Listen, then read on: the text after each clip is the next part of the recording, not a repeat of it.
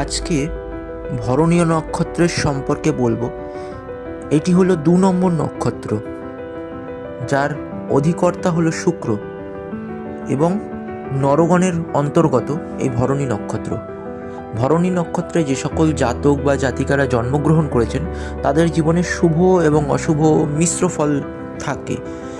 এরা সাধারণত পরিশ্রমী কম হয়ে থাকে, কিন্তু তবুও মেধা খাটিয়ে কর্ম পরিচালনার দ্বারা কিন্তু জীবনে উন্নতি করতে পারে।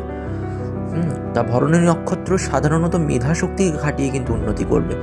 আর জীবনে সুযোগ কিন্তু কম আসে না, জীবনে সুযোগ কম পায় না। প্রথম জীবনে এরা কিন্তু বলতে গেলে কষ্টের মধ্যে থেকেই কিন্তু জীবনটা কাটায়।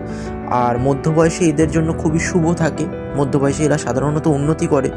আর আর্থিক দিক দিয়ে যদি এরা মধ্যবয়সে সঞ্চয় করে তাহলে কিন্তু বৃদ্ধাবস্থায় কিন্তু এদের খুব একটা কষ্টে যায় না। কিন্তু ভরণী নক্ষত্রের ক্ষেত্রে দেখা যায় যে এরা মধ্য অবস্থায় বেশি খরচার ফলে বৃদ্ধা অবস্থায় কিন্তু আর্থিক কষ্টের মধ্যে দিয়ে যায়। আর ভরণী নক্ষত্রের ক্ষেত্রে দাম্পত্য জীবন কিন্তু খুব একটা সুখের যায় না।